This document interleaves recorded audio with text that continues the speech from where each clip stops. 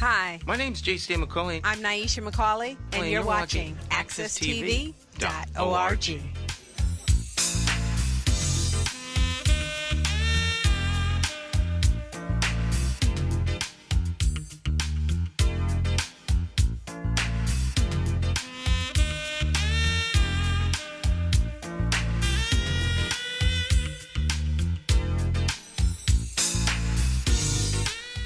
All right, my friends, once again, it's time to get our talk on. It's Morning Talk with me, your host, J. Stan McCauley, along with the champions of talk this morning. Talk champion Jonathan Small in the house, as he is each and every week. Good morning, Jonathan. How are you? Doing fine, Stan. It's a pleasure to be back here again. Had a good weekend? Okay. I mean, kind of in and out of it yesterday.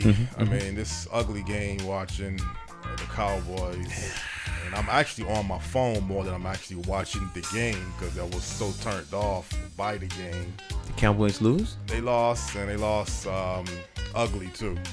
Ugly loss. I heard Dak was throwing all kinds of interceptions, and he was getting pummeled and stuff. Well, interceptions, incomplete passes. That's the big concern. I mean, he threw one interception. He threw the ball that could have been easily picked off, and then he threw the same exact play where the cornerback can basically read the play. I mean, I'm not a quarterback, but you can't be looking or staring at the receiver when it's a defensive scheme that defenses play. You kind of got to look a different way when you're going to throw the ball, if I'm making any sense. You're making sense. And the defender, he threw the same play before, and the cornerback dropped the ball. Then he come back and throws the same play again.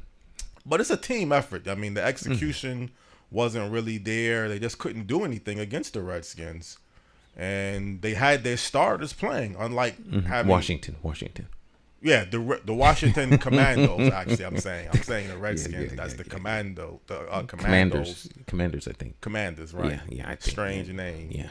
But just glad to get that day and that game over with and focus next week on the playoffs. So is Washington? Excuse me. Are the Cowboys done? No, they're playing Tampa Bay Buccaneers next Monday. Actually, believe it or not. Okay, so next Monday night, but football is Tampa Bay and Cowboys. Does that mean that if they win that, they have a bid in the Super Bowl? No, they have to go to the next round, which would be the division playoffs. Oh, okay. This is the wild card game. Okay. And the 49ers looked very impressive. I mean, that's how you want to be playing going into the playoffs. They took care of business. And the Eagles beat the Giants, but the Giants had their starters out of the game. So I don't know how you look at that. You look at it as a win. A win, right? And they're the number one seed, so your father must be still pretty happy. Yes, I'm sure my dad is quite happy. So who are you gonna be rooting for? You gonna be rooting for the Tampa Bay Buccaneers? Well, I like watching the game. I was a Patriots fan, and then of course Brady left. I like Brady. Okay. So Brady's with Tampa Bay. Tampa Bay, yeah. So that's who you'll kind of be pulling for. Well, I don't really have a favorite team. I like watching good football. That's all. I'm not like wed. I'm not like married to a team. I like watching the execution. Anything done with excellence. I like seeing things done at, no matter what it is. If it's performed with perfection, then I like observing that.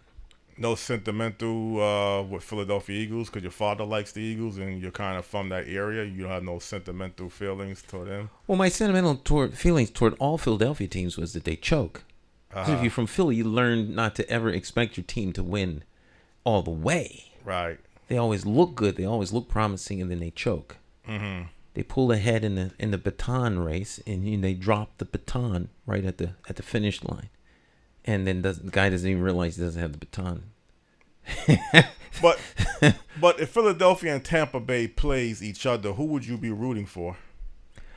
I would be rooting for the team that Tom Brady is on because I like to watch Tom Brady play. He's the best there is. I like watching the best. Okay. So, Well, I don't know if he's the best. He might be the all-time best, but I don't know if he's playing the He best. can't help but be the best. I mean, no Yeah. one's done what he has done. That's true. That's and so he continues to be the best.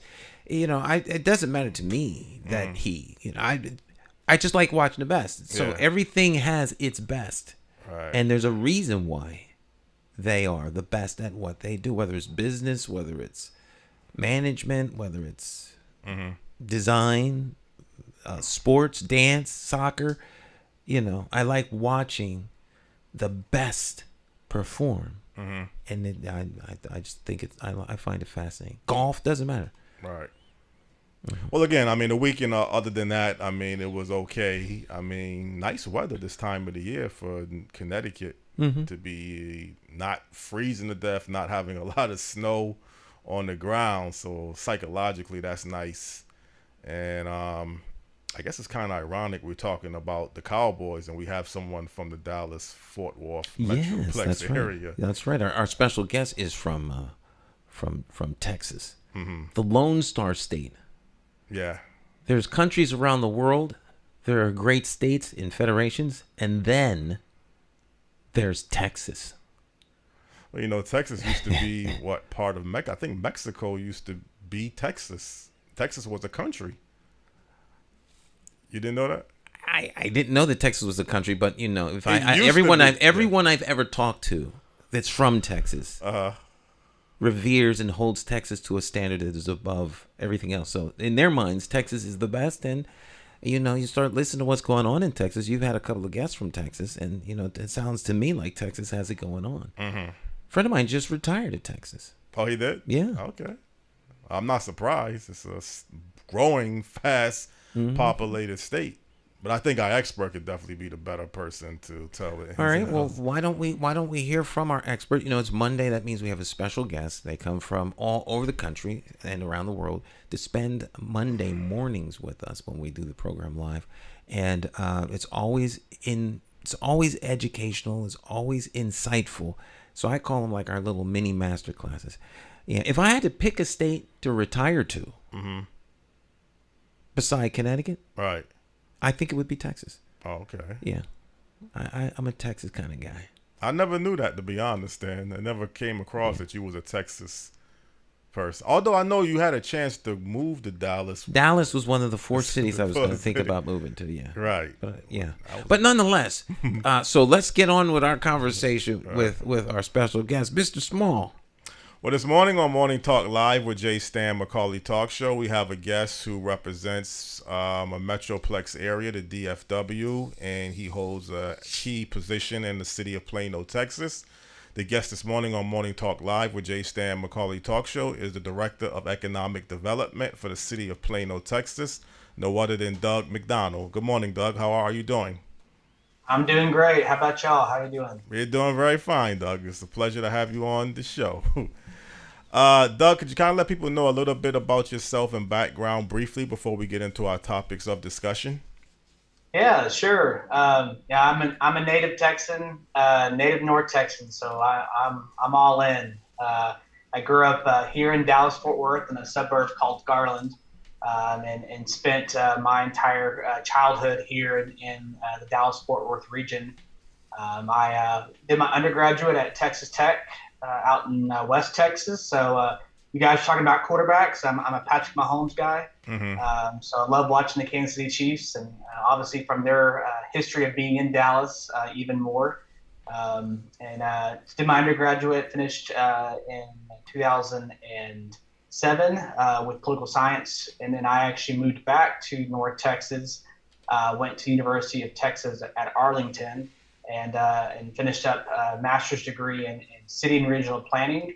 And then as most millennials my age, when the recession hit and there were no jobs, I went back to school and got another master's in public administration. So had a lot of fun school debt like other millennials. But I worked, I've now worked in several cities here in North Texas, with the city of Arlington, city of Richardson, which is a suburb just north of Dallas, and then here in the city of Plano, which is the 4th largest city here in North Texas, with just about 290,000 residents.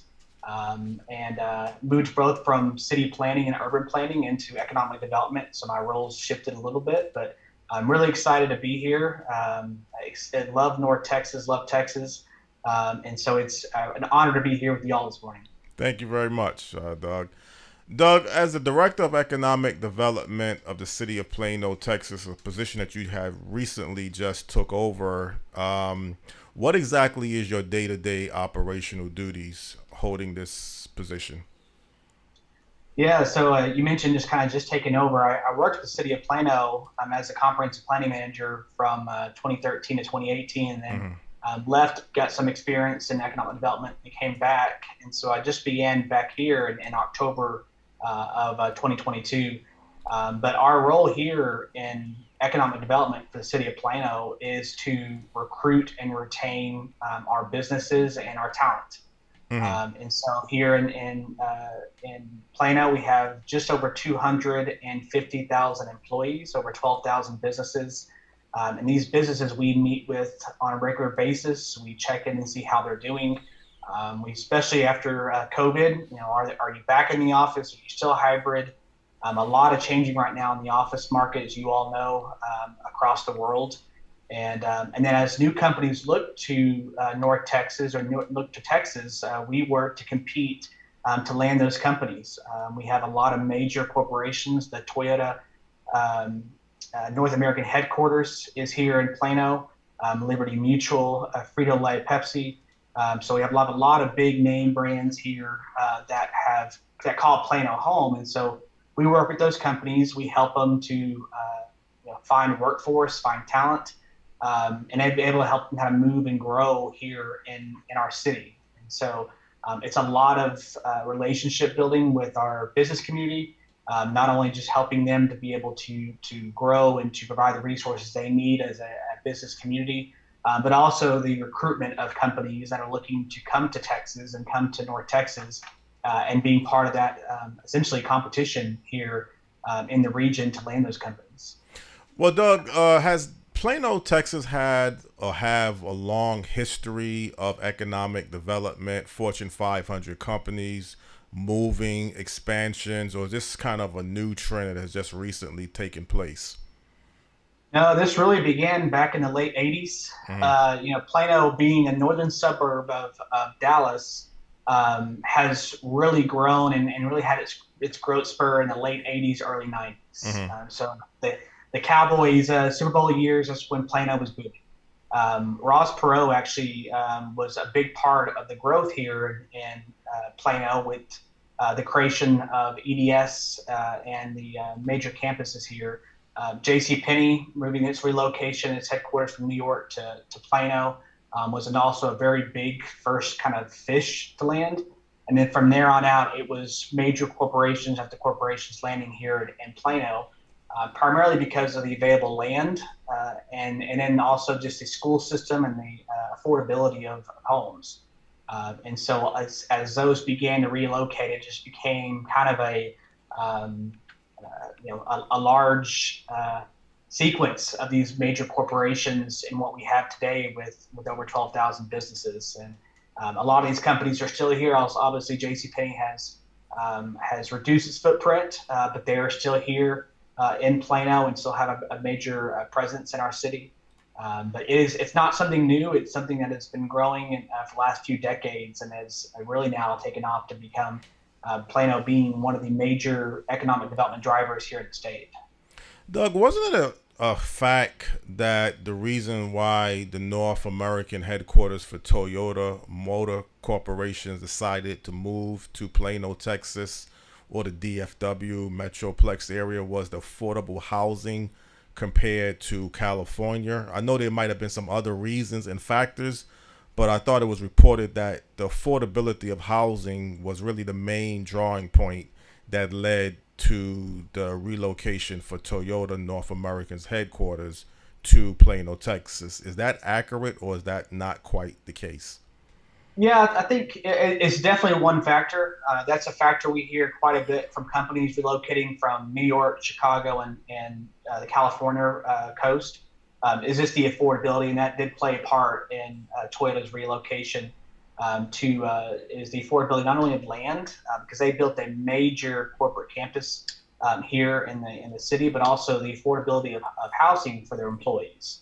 The Toyota relocation was actually taking employees in portions of their business and all relocating them under one roof here in Plano. So it not only did employees come from the California region, but also the Midwest region coming here and moving into Plano. But yeah, the affordability factor of homes and housing and then the schools play a huge role in the relocation of those employees coming from those states. Mm-hmm. And Plano kind of ranks very high in many categories towards affordability. Well, I don't know about affordability because it's not cheap, I would assume, to live in Plano. But if you compare it to places like California, New York, it will definitely seem much cheaper to live, actually. But what is kind of making Plano, Texas stand out a little bit beyond some of your competitive cities like Frisco, Texas, and Irving, Texas? And I guess there's many others, but let's just say Frisco. I mean, Frisco is one of your biggest competitors if you want to look at it that way. What kind of gives Plano, Texas somewhat of the edge, if there is an edge, in your opinion? Yeah, no, it's a friendly rivalry we have with our neighboring cities. I'll tell you, because of the strength of our region and all the individual cities, it makes us a much more competitive region to recruit companies. So, we have the Dallas Regional Chamber that as a big part of the organization of our region. They host a lot of those big companies initially, and then we go out and compete among the suburbs or the other cities here in the region for those companies. So having a strong Irving, a strong Frisco, a strong Allen, those help us remain competitive again. I'll tell you some of the big pieces that we have that are really big players in our recruitment. I mentioned a few times the school system. Plano ISD has always been ranked one of the best school systems in the country. Continues to be one of those premier school districts, and that is something that is a huge asset for us to be able to promote and to grow. We are a kind of a really built out city. We have now about 4% left of vacant developable land, and so we're not a city that's changing rapidly. We're not a city that has a lot of construction. We're a city that's really established and has been reinvesting in itself for the last few decades to remain relevant, to remain competitive. And so that also plays a big part when companies are looking at, they want to see, as they're making a big investment, they want to know what the future of the land around the area, the future of roads, future of water, sewer capacity. We have that because we have grown over the years and been able to reinvest in those key infrastructure. The other thing I think really our transit system, we are part of the Dallas Area Rapid Transit System. So we have both light rail and bus transit to get those workforce to and from our jobs. That has continued to be a challenge here in the region, is just the dependence on automobiles and the traffic that it brings is a challenge that we're now seeing more and more as folks are coming back to the office. So being part of the Dallas Area Rapid Transit, there's 13 cities here in North Texas. We're the northernmost city. That's part of the region's transit system, is a big asset for us, not only again for bus, but also for rail. And then lastly is our park system. We have constantly been rated the best park system in Texas, one of the best in the country. We have 2 nature preserves here in the city, built out trails, built out parks. And so that also plays a big part in our quality of life, our sense of community. And so it's not just dollars, not just we don't have a state income tax. It's the amenities and it's the quality of life that Plano offers that really continues to be a big competing factor in why companies choose Plano. Well, this Legacy West mixed-use development, I guess, structure that you have in Plano, Texas, is looked at as one of the best in the United States. I mean, it's an upscale, fabulous-looking area. And how much of an impact is this area alone making Plano look so attractive? I mean, I'm hearing it's compared to Rodeo Drive to some degree, like a Beverly Hills type of upscale place. I mean, how would you look at this part of the addition of the development that you've had to go along with what Plano, Texas consists of? Yeah, right now it's all about amenities, and it's all about quality life and access to shops and to restaurants, especially with our business community. Back in the '90s and early 2000s, big companies built these large corporate campuses. They were kind of walled off from the community. They had their own kind of cafeteria or small coffee shop inside the building, but other than that, you drove to the complex and you drove home. And so the Legacy West kind of format and design is the new age design for corporate campuses and for our large employment bases, because it provides the walkability that people are craving. It provides the amenities for restaurants and for shopping. It is very upscale. And so if you go and look at Legacy West, see what kind of shops are, you're going to see some of those similar shops and some of those really high-end streets and corridors you mentioned in other parts of the country. But it is a big part in helping us sell the community, because we can say that we now have walkable amenities and entertainment options for people coming here and spending 8 hours a day here, or people who live here and work here. So folks like developments like Legacy West, we have Legacy Town Center, which was kind of the original Legacy area, was the kind of walkable mixed-use town center, one that's really first here in the country, and Legacy West being a much newer product. But also on the east side of town, we have downtown Plano, which is a historic, designated historic district on the National Register, which has access to rail. We have a transit station right in the middle of our downtown with a lot of walkable amenities and restaurants. And so it's all those pieces play a part in the story. They play a part in our recruitment, to be able to say we have the amenities, the quality of life, the entertainment, the restaurants, kind of the whole package. So I kind of mentioned being a suburb, but we're not really a suburb, because we really do have our major hospitals are here in Plano. We have educational facilities, we have higher education, and then also those restaurants and retail that kind of round out the quality of life. Mm-hmm. Stan, you have any questions or any commentaries you want to address to Doug McDonald? I'm just listening. Okay. I'm just listening. In a listening mode. I'm in my never-ending listening mode, and thinking as he's talking, and I'm kind of wondering if I'm wondering if I'm listening to the way he's positioning the resources and the assets of the town, and I'm just wondering if Hartford has anybody like that. Yeah. I'm sure they do. I'm sure they do. That's why I was hesitant to say it. I don't want people to think of it, but I mean, the historic district and the light rail. It's warm there. Yeah, it's warmer climate, hot in the summertime, huge land space. To what degree does the workforce? Because if a lot of companies are moving there, it's not simply because, the amenities are one thing, but unless they're bringing their workforce with them, that means that they value the labor pool or the intellectual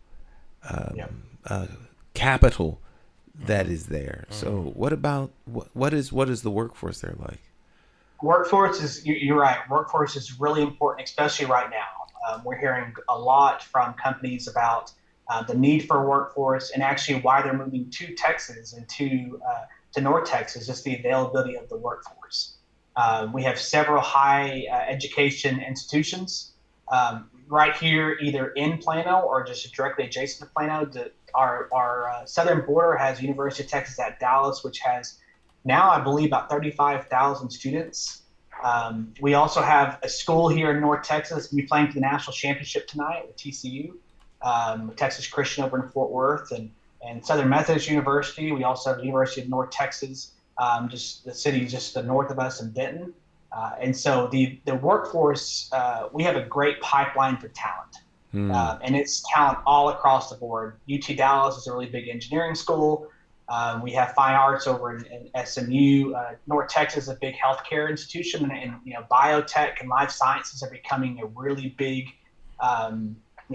industry here in the region because of what's going on at UT Southwestern Hospital District here in Dallas, as well as UT Dallas and North Texas. And so the pipeline of talent, the pipeline of college educated students, but also here in Collin County, we have the Collin County District, College District, which has a number of campuses here in the county, and that help with that workforce development and training. And so that has been now it is still a challenge. We have some companies that are still trying to find workforce, like everyone here is in the country. But because of the pipeline we have coming up, people in companies see that talent coming in, and they want to move here to be able to take that talent. Yeah, that it can't be overstated, the talent base. And if you're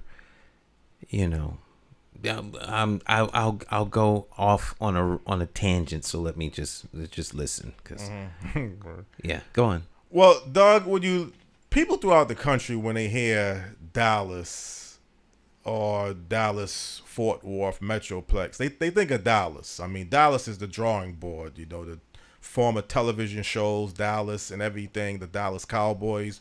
But how does Plano, Texas actually need Dallas to be successful, or does Plano, Texas have such a brand and such a level of development and history that they could be successful even if you were not part of the Dallas Fort Worth Metroplex, or you just didn't have Dallas as the major city? How much of an impact does Dallas actually helps Plano, Texas, if that's a question that you can answer? Yeah, no, it's huge. We need a strong Dallas for a strong North Texas. We need a strong Fort Worth for a strong North Texas, a strong Plano. So having Dallas, though, being the kind of central business district for the region, and really being the initial growth of folks coming here to Texas. You mentioned the show Dallas, the Dallas Cowboys. It draws folks to this region, and Dallas has a lot of world-class facilities and performing arts. You have the Cowboys, you have the entertainment. It's a great place because of Dallas, and Dallas being here right in the heart of the region. So I think Plano does benefit from a strong Dallas. I think if Dallas wasn't as strong, it would be much more of a challenge. I'll tell you that. But I think everyone here in the region. We have a group called the North Texas Commission, which was really formed to actually put together the Dallas-Fort Worth Airport because there were so many different conflicts and people wanting the airport over here or wanting over there. And, it got situated where it got situated because North Texas Commission and everyone coming together to work together. And so we do play a really important role in the region. Every city does, in making sure that North Texas remains relevant and remains kind of the hot spot of recruitment and talent. But that's really a lot of it is because Dallas is here, and Dallas helps lure those big companies. And once they know the name, so once they come to Dallas, they realize, wow, there's a lot of different flavors of cities and amenities that we can choose from when we're here in the region. Then it's finding that right fit for each city. How is the Dallas-Fort Worth Metroplex able to compete to other cities and regions like Houston, San Antonio is two bigger cities technically than Dallas if you go by population? How is Dallas able to stay at a level of competition, or the Dallas-Fort Worth Metroplex area, when you're competing against other major metropolitan areas like Houston and San Antonio? Yeah. Well, we're not as humid as Houston, so that's always a nice perk. Houston's pretty humid down there, but a lot of it is kind of the cooperation with the suburbs and the neighboring cities of Dallas and Fort Worth. You mentioned, the cities alone, Houston and San Antonio are larger than the city of Dallas, population-wise. But if you look at the regions, North Texas region is larger than both the Houston region and the San Antonio region. Okay. So it's a lot of the coordination with cities, but what it does is it gives companies a lot more examples, a lot more options to choose from when they come to the North Texas region because of the availability of different cities. I'll tell you also, just our transportation system we have the longest light rail system in the country. And so we have a lot of mass transit and a lot of built transit here in the region. Great water supply. We have another reservoir right now being constructed to help us with the growth for the next 15 to 20 years. And so we've really been preparing for this growth that other regions here in kind of the Sun Belt are struggling with traffic, with water, with transit. And so those are great assets here for the region as well. And then lastly, I think it's just our airport. DFW Airport is the second largest airport in the country. It's one of the most busiest airports, but it is a great kind of asset for our region because it's a great kind of stop for companies coming in. It's very central location in central time zone. And so that does also play a big role in the recruitment of companies when they're looking at between an Austin or a San Antonio or a Houston. It's just the diversity of options here in North Texas. Mm-hmm. Well, you just mentioned DFW Airport, and I believe it's the third busiest airport now in the United States. And you mentioned it's the second largest. It's kind of a newer airport built in 1974. So compared to other airports throughout the country, it's still on a fairly new side. Although many airports do a lot of expansions, and I would assume DFW has expanded its airport over the decades as well. Is DFW going to continue to grow towards its passenger volume, business expansions? I mean, do you know anything inside about DFW that you could kind of share with us for the future? Yeah, I know they always have plans to grow, and not just DFW Airport. McKinney International Airport. McKinney is a suburb just north of us. Mm-hmm. They have an airport. They're working right now on expanding that and actually having commercial flights into there. That'll be great for the region to have another stop, another airport. Love Field also has expanded. Dallas Love Field, which is the kind of headquarters for Southwest. Little trouble lately, but Southwest and both American Airlines both have their headquarters here in Dallas Fort Worth. So having that access, having kind of being the hubs of both those carriers is a big asset. One of the things I think that DFW has that is very unique, and I actually had to write it down, is actually we are the second airport in North America to become a pharma certified cargo facility. And so biotech, life sciences, I mentioned, and having that certification for the shipping of those medicines, those chemicals, is large. It's a big asset for us. And so I kind of mentioned kind of the industry of life sciences and biotech becoming more prevalent here in the region. Having the airport be certified for that is big for us as well. And so I think just in terms of the capabilities, expansion potential for the airport, but also just what's going on at Love Field in downtown Dallas with their airport, as well as McKinney Airport. Addison, a city just to the south of us, is one of the largest, busiest private airports.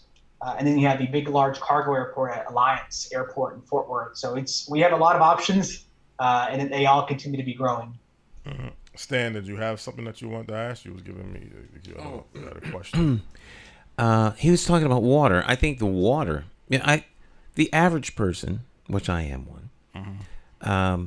I think they miss the connection between water and economic development and development in general, particularly on a large scale. Of course, companies and things like that are very concerned about that. But you were talking about a new reservoir coming online. So I'm wondering where does the water for this reservoir come from? Because there was a pretty interesting I don't know whether 60 Minutes, but something was on the news in the past week or so. It talked about the crucial need for water, and Lake, I think it was like Lake Mead was like way down, mm-hmm. and a lot of the, actually it was PBS. It was like the news one of the PBS news daily news things, with all of the farming that's going on out there. I won't get into the weeds on the subject matter of the segment, but if there is no great water supply, then you can't grow the region. Mm-hmm. So, like, where does the water? Where's your water coming from? So a lot of them is actually just natural. Here in Texas, I believe, I don't know the stats, but I think it was like one or two actually natural lakes. I think it's man-made. And so actually just building the Beauark Lake and actually just having it being filled by naturally from rainwater is its major source. Mm-hmm. And so, this I'm looking right now. It's actually the first major reservoir in Texas in the last 30 years being built just for the North Texas region. And you're right, water is a huge selling point, especially for companies along the California coast and that may not have the access to water. They're having large droughts. Mm-hmm. For us to be able to provide that water and have a secure water system for decades to come is very important. When we have, in a city like Plano that is going through some redevelopment processes, we also have to look at water source and the capacity when we have a change of use. So if we were to have, an older corporate campus that may have 20 acres, and now they're going to put in some retail and restaurants and housing around the campus, that changes our sewer system, it changes the water system.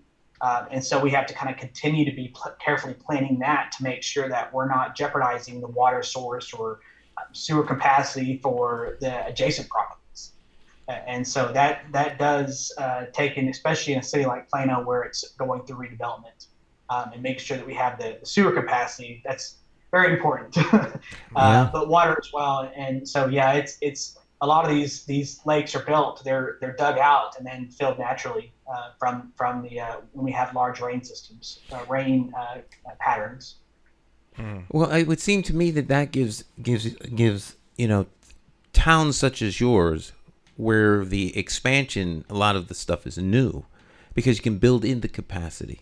Whereas here, the capacity is what it is, and I don't think that people make the connection. Your zoning and your planning boards will say no to a certain type of development, but people don't understand sometimes. Well, if you're going to put a new unit up, it's got 75 new housing units or new places, and there's maybe 4 people per unit.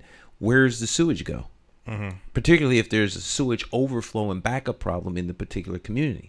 And you're going to add to that, then you're also going to have water. So a lot more goes into it than just, I just want to build this thing. Well, you're adding to existing limited capacity. You can't just tear everything up and put new sewer lines down.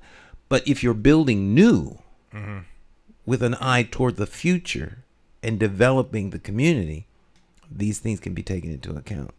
And, I think a lot of people don't understand those types of issues when it comes to planning and zoning, and I just wish more people would be excited about this like I am. A great example, kind of an extreme example, but let's say you have an area that has 2 or 3 homes on it, and someone wants to come demolish this and put a hotel. You went from having a toilet flush 10 to 15 times a day to however many rooms you have in that hotel and how many flushes you're going through, and its impact on the sewer system. And that's happened, we have those examples here. We do have hotels coming in and it changes the impact of the sewer system tremendously. So having to be prepared. And a lot of times we have to upsize a lot of our infrastructure because even in our big growth period of 1980s and 1990s, we weren't planning for mixed use and these higher density type uses were not expected here. A lot of the kind of idea here in Plano in the business community, the business parks, were these large suburban corporate campuses. But now we have a few 20-story condominium towers that have been built here in the business district. And so having housing coming in, not only housing, having very high density housing coming in, and its impact on the infrastructure, water, sewer, and even roads play a big part. So it's a lot of careful planning. Doug, I know every individual has their own function, how they can function off of a certain amount of income But I want to ask you this question. I was speaking to someone yesterday from the southeast of the United States, and I asked them, could $80,000 give you a good quality of life in this particular area? And he said no. He said you would have to make at least $150,000, which I don't totally agree with, but I don't want to disagree with the person because he lives there and I don't. But let's just say for Plano, Texas, what kind of life can you live if you are earning $80,000 a year? I understand everybody's spending habits is different, so I understand that part.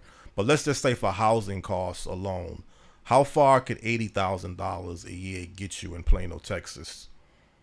I think the challenge right now, and I think everyone's seeing it across the country, is just the interest rates in buying homes. Mm-hmm. So now, this last kind of cycle, our average home price about $340,000. So let's say if you were already in Plano and you're in that median, 80 to 90,000, our actually average median household income is 96,000.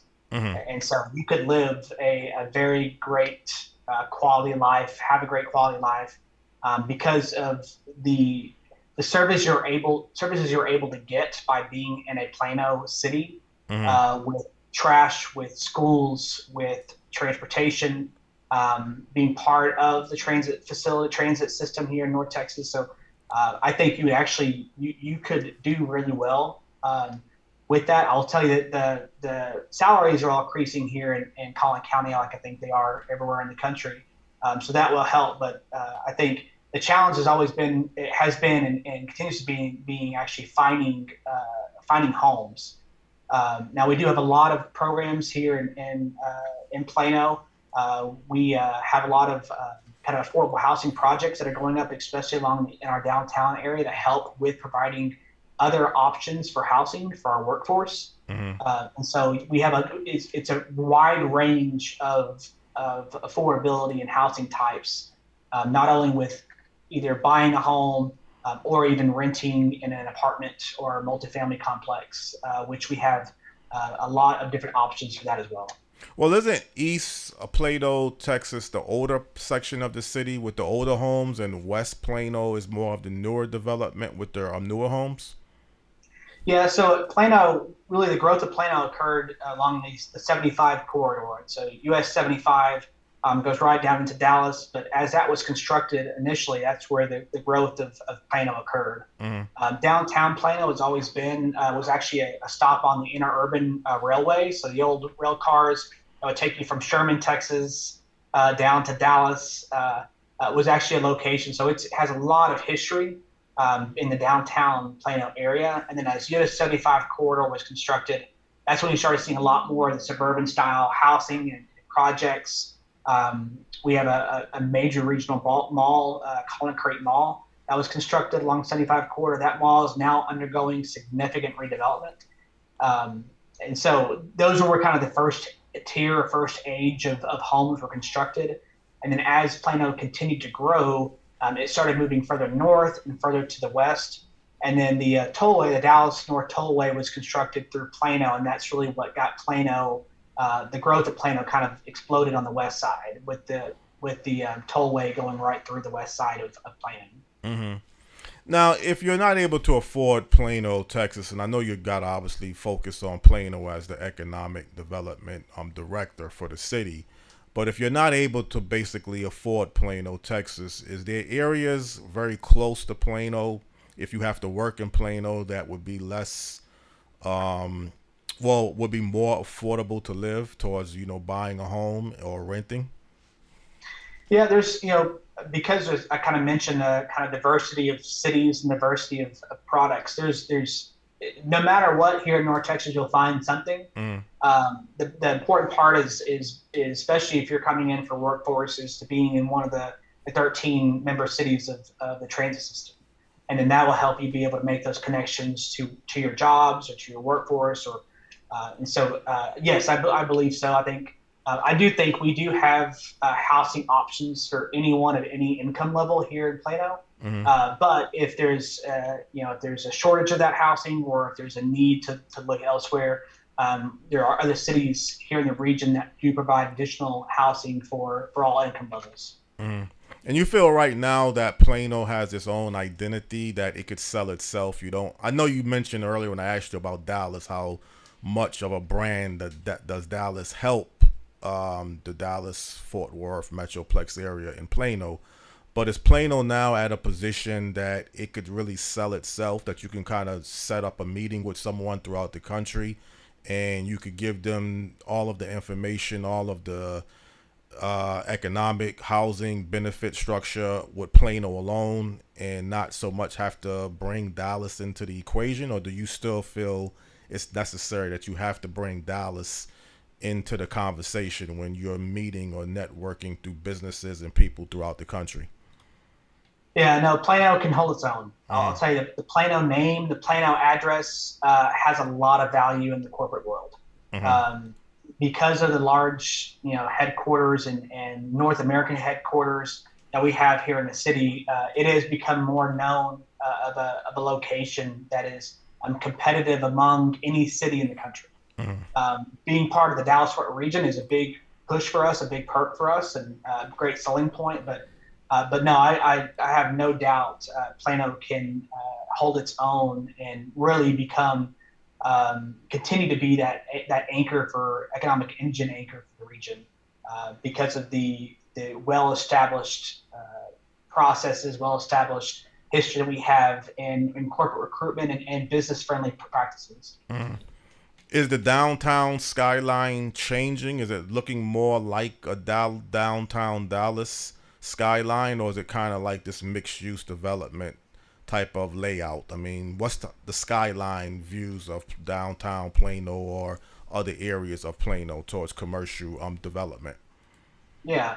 The downtown area, because it has a lot of historic buildings, hasn't changed much. There's been influx of some residential, but that residential's been 4 to 5 stories. So in terms of the look and the feel, definitely as you walk around, now it's a lot more activity because residential has been introduced to the historic kind of downtown of Plano. So that skyline hadn't changed much. The skyline on the west side along the Dallas North Tollway, where we have the Legacy West development, that has changed tremendously. And so we now have several 20-story towers that are here in the region, are here in the West Plano area. 121 is the highway that kind of divides us and us and Frisco to the north. Frisco skyline, because Frisco is now home to the Cowboys world headquarters. They have a lot of new growth as well, and so they're seeing a lot more towers coming in. So this whole area, kind of the 121, the U.S. Highway, or the Highway 121, the Dallas-Fort Tollway kind of interchange, this is now kind of the really hot spot for the region. And so you are seeing a lot of changes with kind of higher density, higher, taller buildings being constructed. Even the introduction, which was really non-existent until it happened here in Plano, was actually the construction of 20-story condominium towers. Before it was commercial coming in, but now residential coming in shows the demands even more in the value of land here in this area. And so it has changed quite a bit in terms of the look and the feel of just this area here that I'm actually standing in today. And isn't Plano a city that has a lot of celebrities, a lot of professional athletes, entertainers, high-profile business people actually live in Plano? Yeah, a lot of them kind of stay quiet or stay private, so you don't hear much about them. But it is because of the kind of the quality of life in the schools, especially for athletes would have kids that want to put their kids in good schools. It is a great spot, and there are those type of celebrities that will live here. And then again, being close to the Cowboys world headquarters, the PGA headquarters is also under construction in Frisco. So it continues to kind of draw. I kind of mentioned having a strong Frisco helps Plano, having a strong Dallas helps Plano, and vice versa. And so we do see some of the impacts of some of these other developments happening in neighboring cities.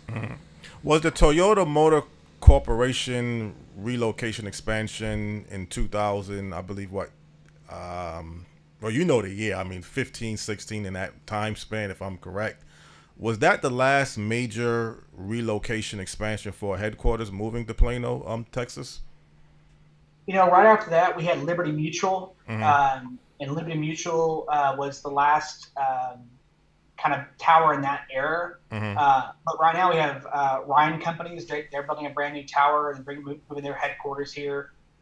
So in terms of kind of the name brand, I guess you could say, or not name brand, but just kind of the larger companies. Toyota was the really big one. JP Chase Bank and JP Chase that also has they now have more employees here than Toyota North America headquarters. Their campus is just as large, which occurred after the Toyota announcement. But we continue to have these kind of the big fish come here. The last few years with COVID and just the challenges of office and the forecast of where people are working, and are we working hybrid, are we working remotely, has changed a lot in terms of big companies making those moves and deciding to make those moves right now. But yeah, the tower we have right now is Ryan Companies, and they're moving their headquarters here. And Riata Pharmaceuticals also built a brand new tower and moving their headquarters. So it continues to be kind of that anchor for those big companies to come here. Doug, are people throughout the country who are trying to expand and grow their cities or metropolitan areas, are they looking at Plano as an example? Have you had any contacts with people just saying what could they duplicate or learn from your area to kind of implement where they live at throughout the country, or just kind of Plano has its own way of networking and doing business? Yeah, we especially here in Texas, we host a lot of companies, and we talk to them about what we do or process we went through or challenges we occurred. We don't see this much from outside of Texas, only because Texas state laws are a lot different than different states in terms of economic development. We have a lot of different tools. I mentioned not having a state income tax. And so you don't see this much from cities outside of Texas, but here in Texas, you see it a lot. We do have a lot of meetings, just kind of seeing what our processes are. Even requests for, can we see what one of your economic development agreements look like?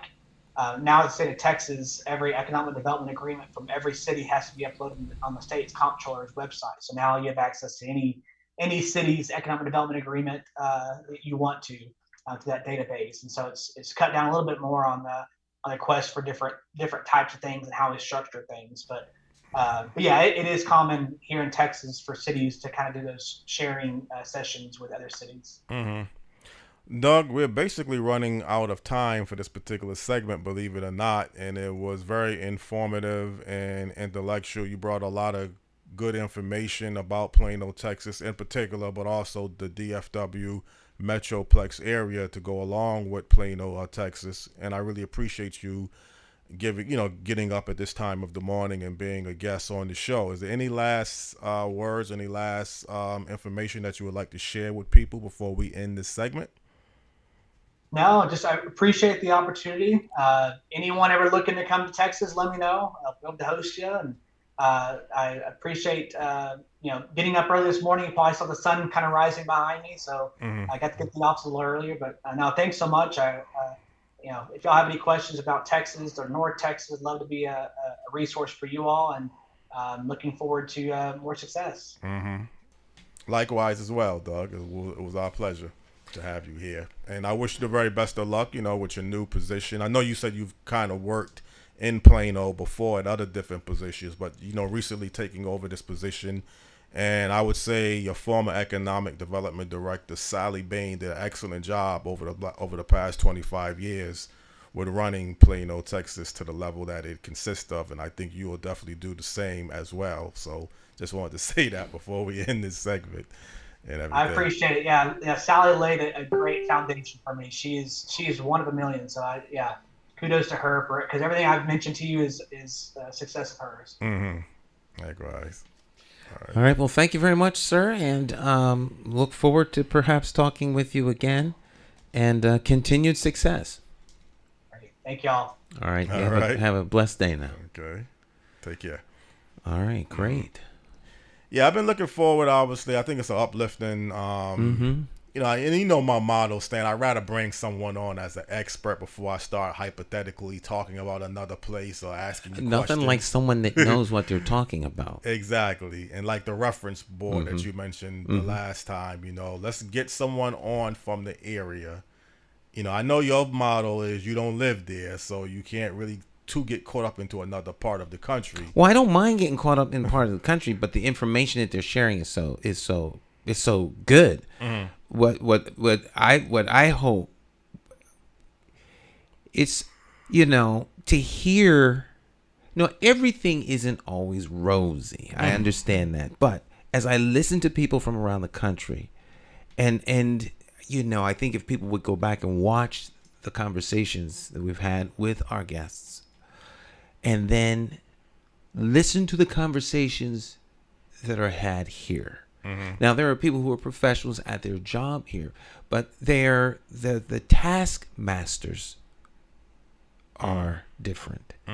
And so what I consistently hear is an effort to develop the region for the good of the region, and in being inclusive of the individuals who live there. A lot of times economic development strategies and mindsets in our area, of course, we're not as large as some of these other places, so we're kind of small and kind of how do you say this, we're small, and I think we sometimes suffer from small town mindset and small town issues.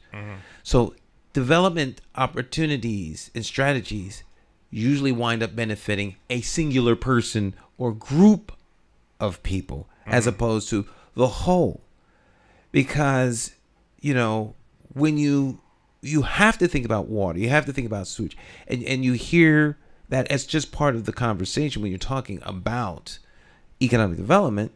That means that they're thinking about that. And they're planning not like the end of the week or the end of the year or 2 years, but 20 years ahead.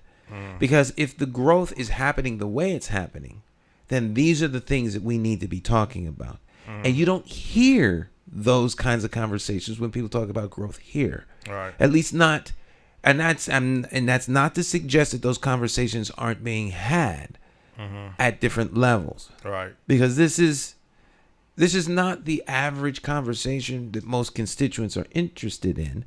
But to me, this is the kind of conversation that constituents need to be aware of. Right. And so I'm always excited about this because it hopefully will engage individuals within our community about being actively engaged and involved. I had a conversation earlier today with somebody that was talking about situation with how the police need to act when they come into the community. And I was suggesting to them, well, communities are self-policing. So to the extent and to the degree that your community doesn't have police, and someone else is coming in, needs to learn the community so they can know how to talk to people, right, then you have a responsibility to recruit police officers from your community. So people have to be actively engaged in their community. They have to be engaged in the process. They just can't sit back and say, you need to do this, or you need to do that. And how come they're not doing this and they need to do that? When you're the community. Yeah. You kind of got to feel like you are in a position to empower yourself and your community, and you have to have that mindset. Stan, you got to be mentally tough. It's not just physically tough. Everybody thinks in life, you got to have that physical, and you do need physical energy, there's no doubt about it. But you got to be mentally tough too, and you got to be mentally in a position to believe that fighting for yourself and your community is going to work out. It's durable. You got to have faith, and I think that might be lacking. I think it is lacking, but the fact that the urgency of the situation to me dictates that we need to be mentally tough. Right. It's sort of like you're trapped underground, and there's a shovel, you could dig yourself out, or you could be overcome by despair. The fact that you're trapped underground and there's a shovel means you better do something. You don't wait for someone. Take advantage of what you can do. And I think people just need to be inspired and encouraged to do more than wait. Right. Because, the mental toughness has to come. It's kind of like a fight or flight kind of a thing. We need more fight or flight kind of to the situations in the community.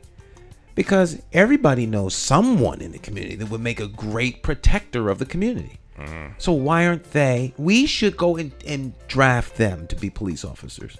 Yeah. Every community should have like 20, 30 people that they could say, we brought these people down to apply for the job. Instead of the police department having to try to recruit, can't find anybody, and they have to go out of the community. Nonetheless, I digress. It's morning talk, and stick and stay. We're going to take our break, top of the hour break, and we'll be back with more conversation. Jonathan Small is here. I'm here. You're here. If you have questions, comments, drop them in the chat, and we'll get right to them. Stick and stay. Morning talk.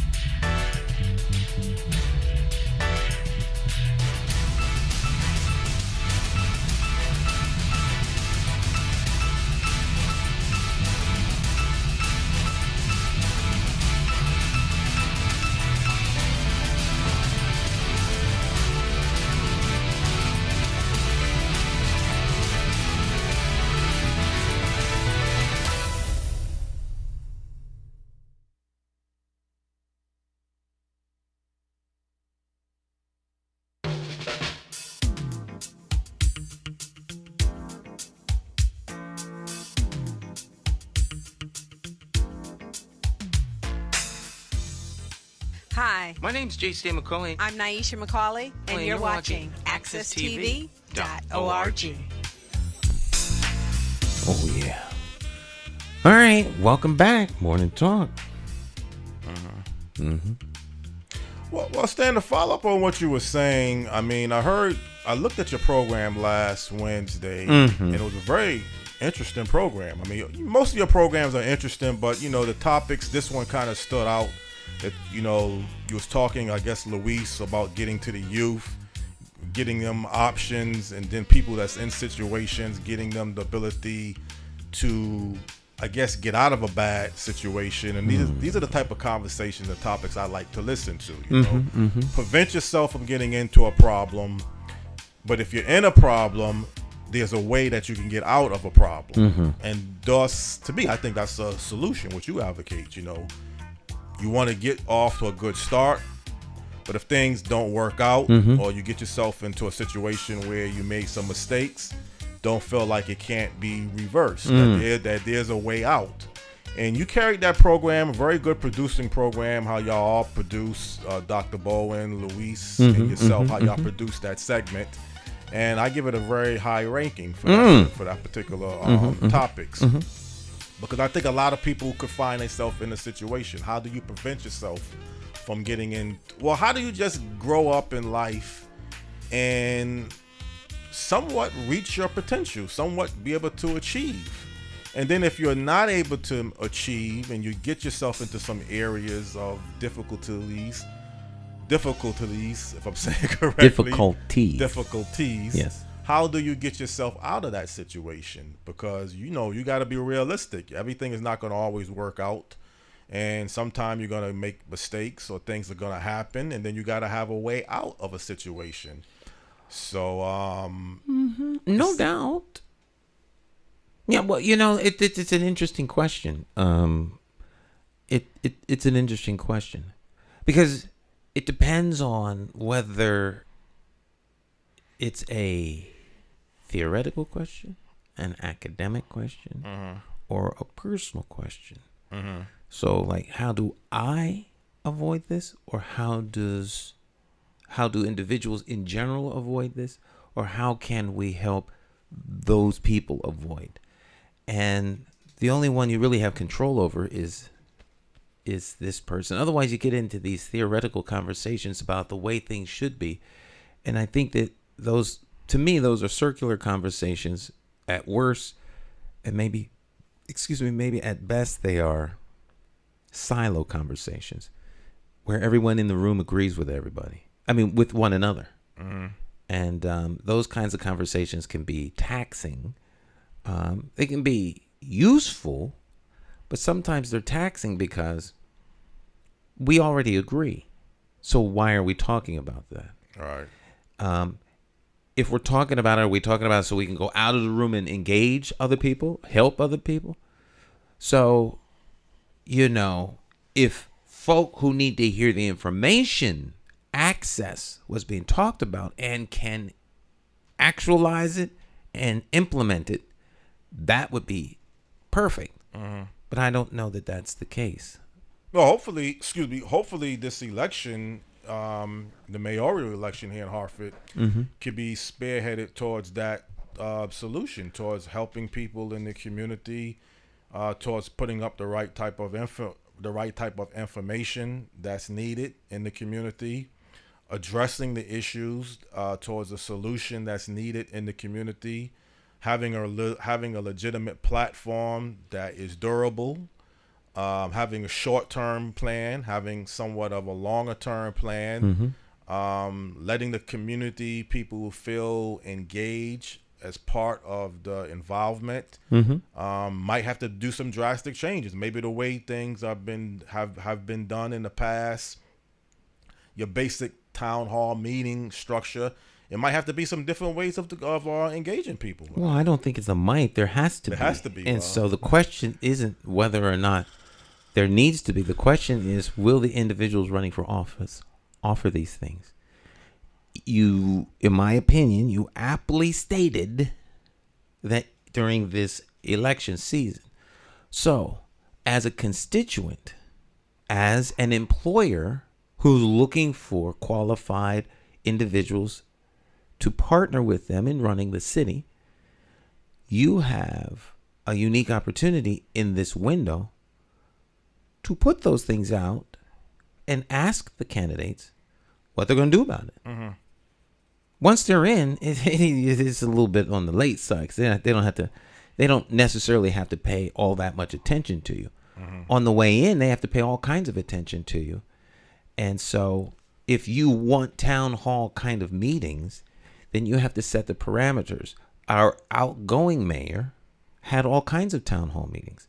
I refer to them as dog and pony shows because unless the town hall meeting is really gathering information that then can be implemented, and there's actual items. Is it something that you can touch? Is it tangible? Can it be changed if it's not working? Unless those things come from the meeting, it's very challenging. Well, Stan, you was kind of referring to our previous guest, Doug McDonald. You didn't really outright say it, but you was kind of leading towards, could we here in Connecticut look at what they're doing down there? But you really didn't ask him that directly, but I think you was kind of referring that. Well, I wasn't asking him. I was inferring that our decision makers might not be making decisions the way I'm hearing them talk about their plans. Right. And so that's what I'm inferring. Can the people here do that? Of course they can. The question isn't ever can they do. Yeah. The question is, will they? Right. Well, I'm going to be blunt, Stan, and you may not agree with this statement. I don't think there's no way in the world that Hartford could duplicate what they're doing in Plano, Texas. I think it's a totally different type of city. It's a totally different type of history.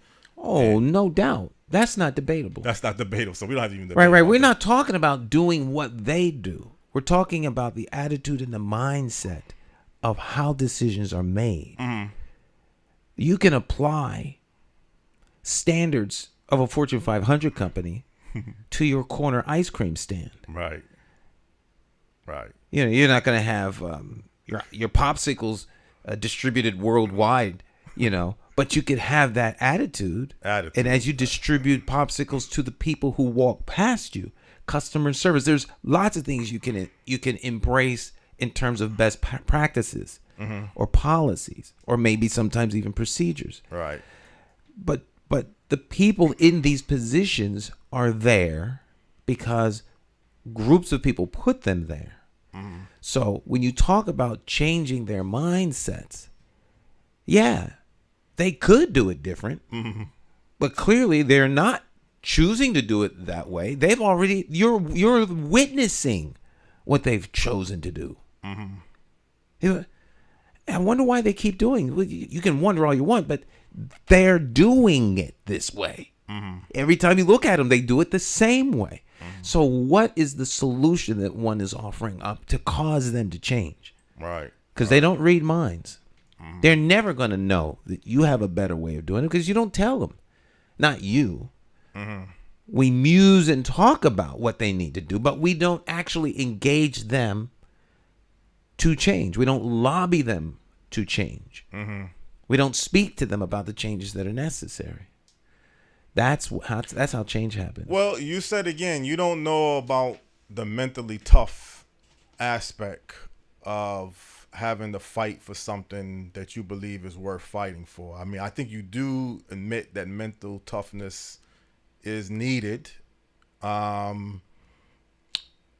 an example, I mean, if I was trying to reach out for a guest and I wanted to address the issue with the water problem in Mississippi, I don't feel like I got the mental, I guess, toughness to constantly be trying to debate with what they're doing down there. If I was even born and raised in Mississippi, as an example, and I look at the way that water system has been handled, how they're handling their whole, policies, I might be beat down to a point that I don't know if it's even worth trying as one person. Now, if you get me with other people and we form a coalition, then I might get more strengthened.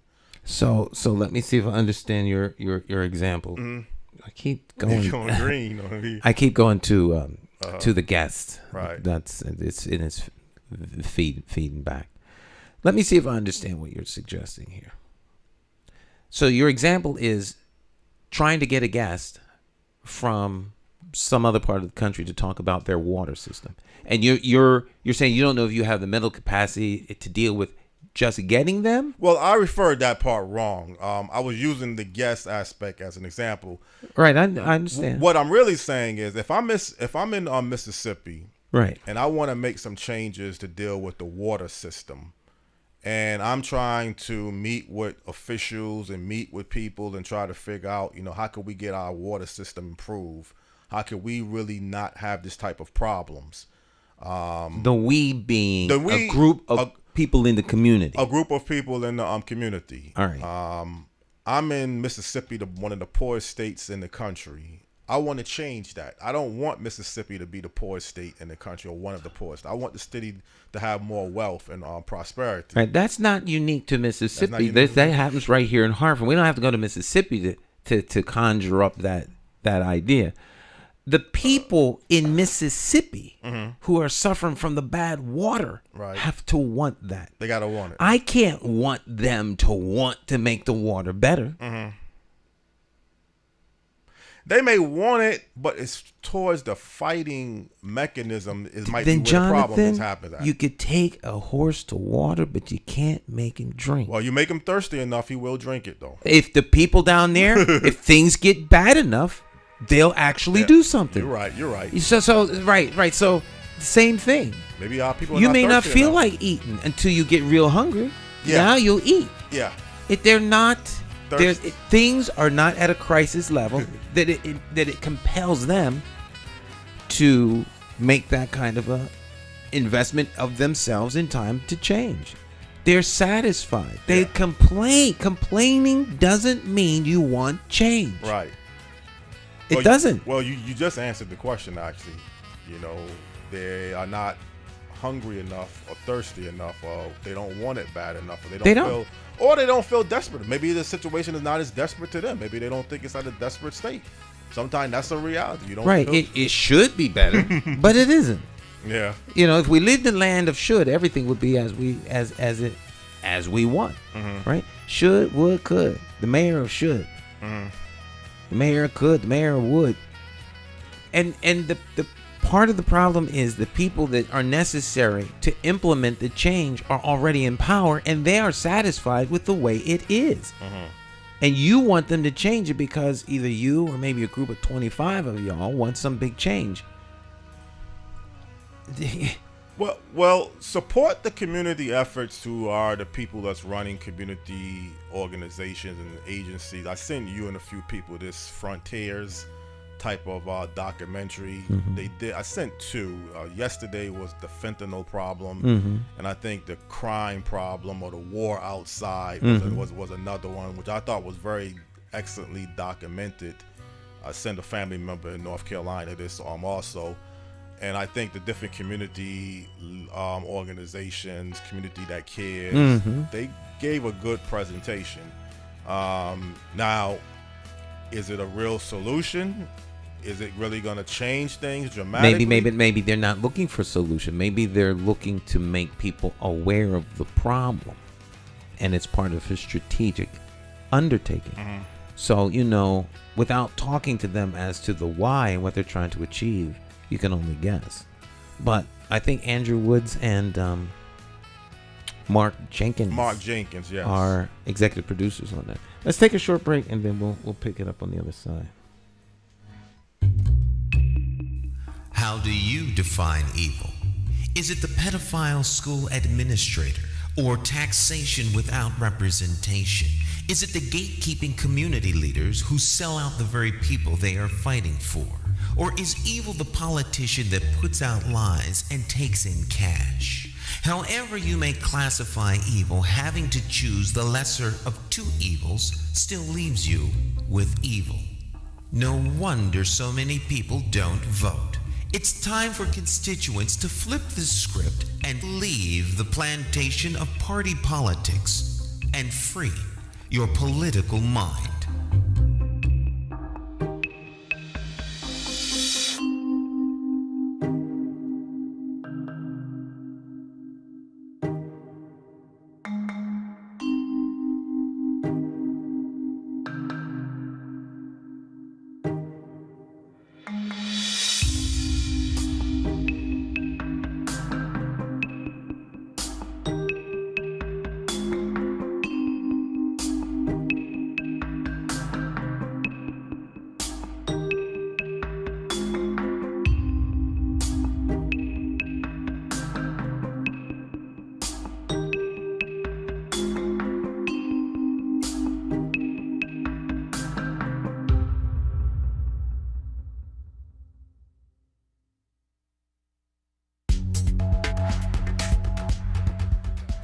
Good afternoon. My name is Nwalki Tete.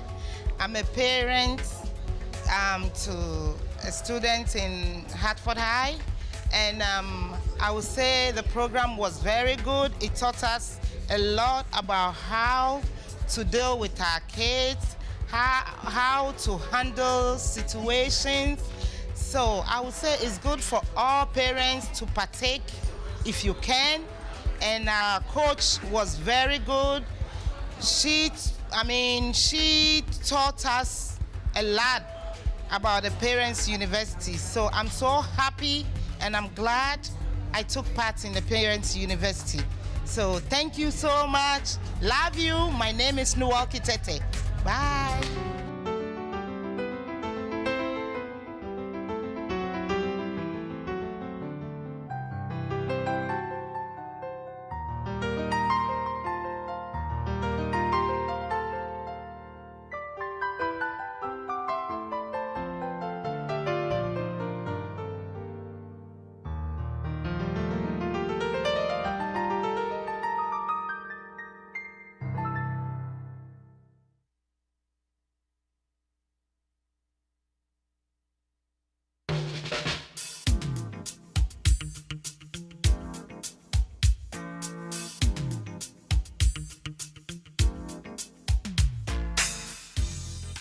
Hi, My name's J.C. McCauley. I'm Nyesha McCauley, and you're watching AccessTV.org.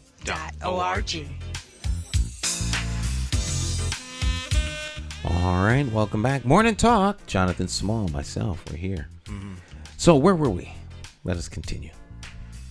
Well, I think we were ending towards, if people are desperate enough or you want something bad enough, and it could be individually, it could be a group of people. It's how bad you want something and what you're willing to do to obtain it, or at least put the effort. I mean, everything is not going to always even be obtainable, but the effort and the determination shows that you are concerned enough and serious enough to get involved and to make an attempt. I mean, you try to go to the moon, it's not easy to reach. I mean, this is not like going to the moon, though. Well, actually, it is. I think that's a great analogy, because trying is not the same thing as. Well, let me rephrase it. The moon. Let me just leave it at that. The moon's a great example because there's plenty of evidence that you actually are trying to get to the moon. Right. People blew up in the moon shot. In the capsule blew up. Thing crashed. They actually went to the moon. There's all of the failures of them trying are evident. I find too often that people there's no evidence that they tried. Right. There's evidence that they're concerned enough to complain. Right. But there's no evidence that they're trying to be the solution. A lot of times people want a solution, they want change, but they're not willing to be the change agent. And they're not willing to put forth the effort or the work. Yeah. They think all they need to do is point out what's wrong. And then someone else is going to magically come along and fix it. And it just doesn't work that way. And my theory is this. If the person who it matters to doesn't want to take the time to fix it, then why should anyone else take their time to fix it and abandon whatever it is they're working on? So it's like, I need someone to mow my lawn. And if you could do that for me, I'd be really, really appreciative. So when am I supposed to do it? Well, could you come this afternoon? No, I have to go to work. Yeah, but you could stop working and come and mow my lawn. So there's only people are doing something. Right. So people pile on to people who they think should be fixing stuff. Oh, who's going to do the work? Where's the resource? So all things require money, manpower, and the ability to communicate what needs to be done. Otherwise, you ain't going to get it fixed. Well, again, let's clarify exactly what is needed and what you think should be happening. I mean, if you're talking here locally, you're talking about an election process. Should people try to be involved in the upcoming election? Absolutely. Okay. So that's without question. So that's without question. That's one example. Are you talking about some of the serious issues of eradicating poverty? Are you talking about some of the issues of public safety? Eradicating poverty is a grand lift. Those are the kinds of things that are so grand that you can't do it. Right. So we need to narrow down exactly what it is that you want to do to contribute toward the eradication of poverty. That's as useful to me as the weather report in California. Right. I live here. I don't need to see the California weather forecast. I'm not going there. Right. So why are you wasting my time at night telling me what the weather's like in California? All right. So what can we do right here? So you want to impact hunger. We need to do something about hunger. Well, the Ruffins are doing something about hunger for the last, 30 years, 40 or 20 years, I don't know, for a long time. They opened their house, started a whole ministry called the Open Door Ministry. Clara and Richard Ruffin on Ridgefield Street. They opened their house on Sundays. I don't know if they still do, but for many, many, many years, they opened their house and invited strangers into their house, and they made the food. They made dinner, and they served dinner in their dining room, and people that were hungry, not neighbors that were hungry, looking for a free meal. They fed hungry people who otherwise weren't going to eat that day. They went out and they brought them into their house. That's impacting hunger. Right. It's not having a conversation about how we need to do something about hunger. It's actually doing something. So if all the people that had the conversations did the bare minimum of opening their house once a day or once a week and sat 5 to 10 people down, there wouldn't be any hungry people. Well, yeah, but Stan, isn't that like giving somebody food more than teaching them how to be sustainable? Yes, it is. But we're talking about impacting hunger. See, so then some of these conversations, then when the solutions come up, people say, well, that won't work. So how much are we really trying to solve the problem relative to debating or discussing the problem? Well, involving hunger, I mean, I think the EBT system is a better system than that, because that gives you enough food money, if you budget it wisely, to last beyond one day. I'm not taking anything away from what you just said about this family on Richfield Street, but I think you can say the government is one area that they have done some things over the decades to eradicate hunger. I mean, well, the government has done some things over the decades to impact poverty and homelessness. They have. Right.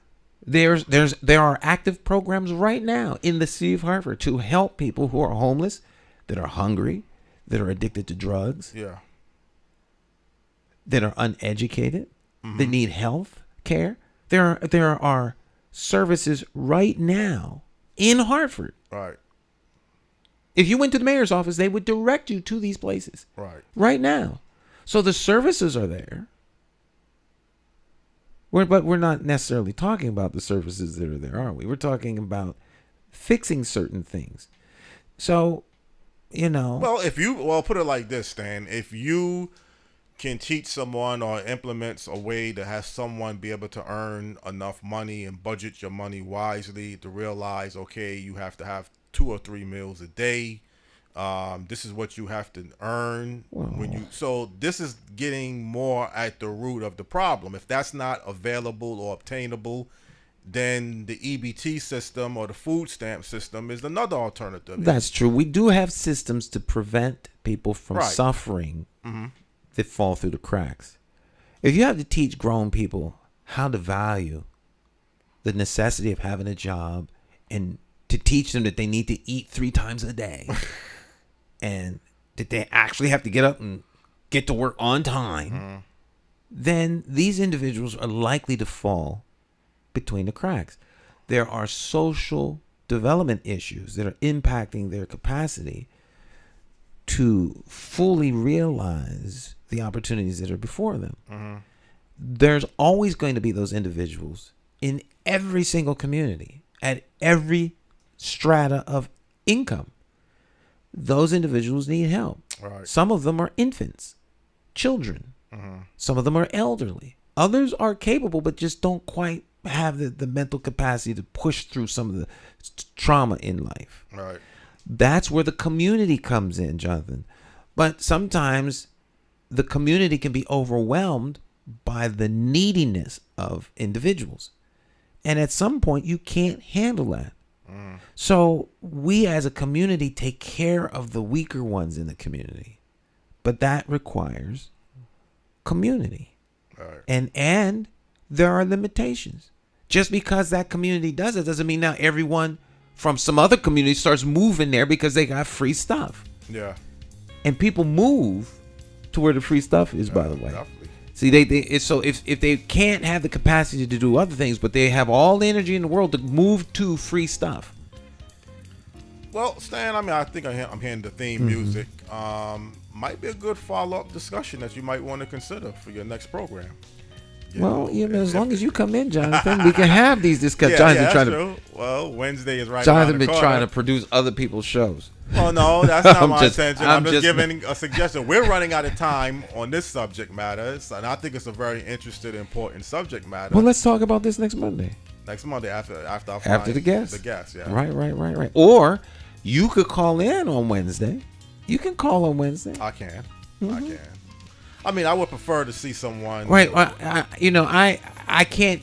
I don't tell folk what to talk about. No, I understand that part. I understand that part to do that. But again, I mean, what you're saying makes a lot of sense. And again, I thought it was very uplifting to bring a very successful city and region of the country to show a good example of what's working. And I understand that's not going to be duplicable throughout the country. I think Stamford, Connecticut might be a better city that Hartford could model towards something within your state, close population base. I think Hartford. Oh, what am I doing? I'm looking at the screen. I think Hartford can model itself after itself. It doesn't have to go out and start looking everywhere else to be something that someone else is. Hartford has what it needs right here to do all that is necessary to deliver for its constituents. We don't have to go on a wild goose chase to figure out what we should be. People may need to go look for what they want to be. That's true. But the city is doing much better than some people say. Well, and it can do much better if we all do our part to contribute to it. Well, I was really talking about the commercial development, but I understand what you're saying. Maybe I didn't state it that way. I think when you have a downtown development, and we've had the economic development director for Stamford, $6 billion worth of economic development. That's not happening here. Right, and maybe you should bring the economic development director from Hartford here, and we can have that conversation with the economic development director. Because there's a lot more that goes into it than seeing success over there and not seeing it here. There may be reasons why it's not here. Right. Maybe because Travelers doesn't have the capacity to populate buildings because of the downsizing of its workforce in the building, because people are working from home. There's a lot of things that impact the forward momentum and move. All right. My faulting certain administrations and individuals is that they don't communicate well what's going on. So in the absence of information, people make assumptions, and generally speaking, those assumptions are wrong. But if people understood the why, maybe things would be a little bit different, at least in terms of how what people's expectations are. Well, you remember the economic development director, Thomas Della, he was a guest on. He's not here no more. But I'm just saying, I've had a guest in the past, so maybe look for a future guest, obviously. Right. There's a reason why Hartford is where it's at as it pertains to economic development. There's a reason. Right. So people could actually, as you like to say, get the source in here and find out why. Right. And then we don't have to have all these hypotheticals and guessing and what ifs. Right. Would, could, should. All right. Well, let me think about that if I really want to push myself to do a local issue. I mean, I like to do, when I'm booking guests, I like to broaden, but I have had guests locally too. Well, we have to inspire you to. And inspire me a little bit more. You have the mental capacity to book a local guest. A local guest. That's true. Give me another show, Stan. Maybe I think you will do. Oh yeah. I've been up all night.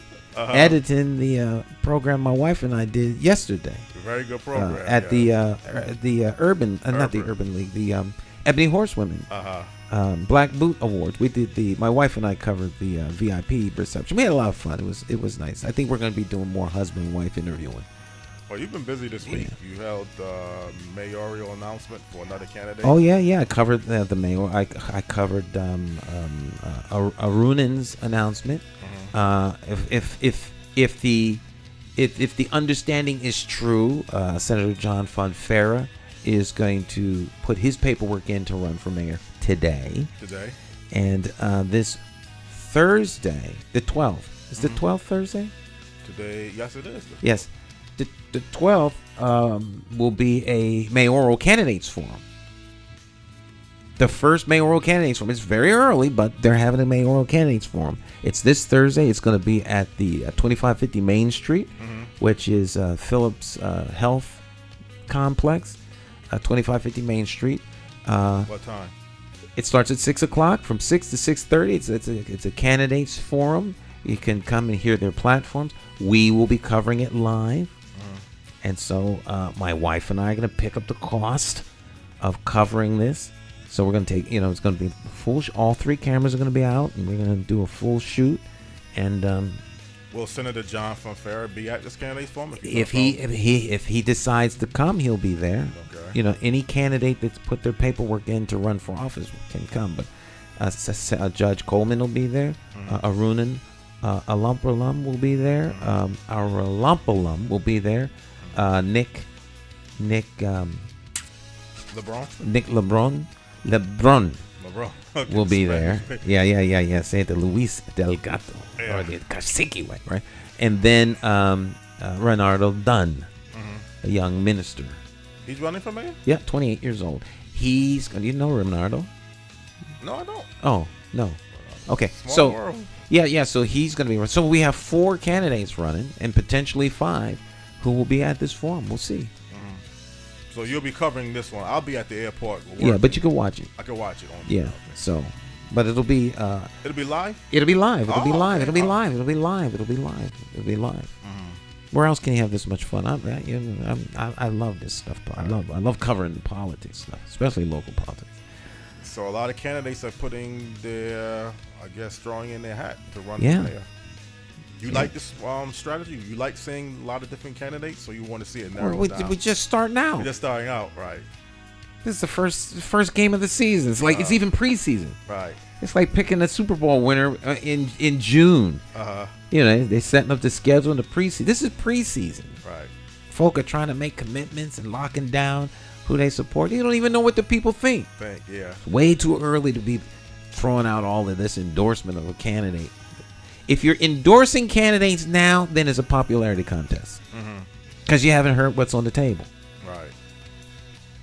So the candidate forum will give the candidates a chance to, introduce themselves, let people know why they're running. A little bit what they stand for, and they get in the gate, and when the gun goes off, they can run.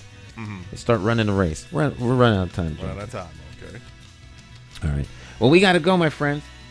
We'll see you next time. Y'all have a great rest of your day. Do something great for yourself and friends and family. All right. Bye-bye. Bye-bye.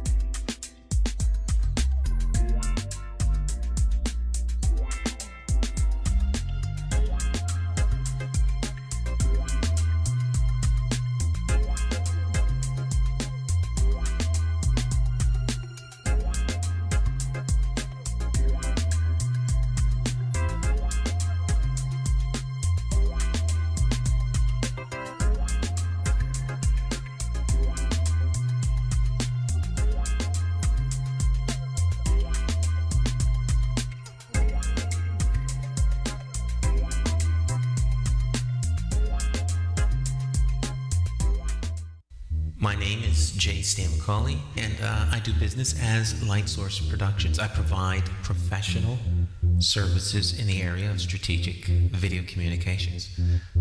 First, what we do is we help you craft your message using what I call the rule of the 5 W's: who, what, when, where, and why. We do event documentation, content acquisition, full-scale productions, editing, and of course distribution through our social media television network. And with social media, video is more important now than it has ever been. Whether you're talking big business, small business, nonprofit, church, or just an individual. Let's say you plan you're planning an event, a wedding, whatever the case may be. But let's say a big event, but no video. And you spent all this time, all these hours to put this event on, and maybe 100, 200 people attend the event. But more important than that is that thousands could attend by watching it on social media. But of course, you don't think about this until after the event is over. You can't afford not to capture it for social media.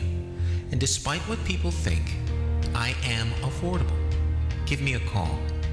Let's plan your next video project and share it with the world on my social media television network. I promise you that you will have the attention of one person, me.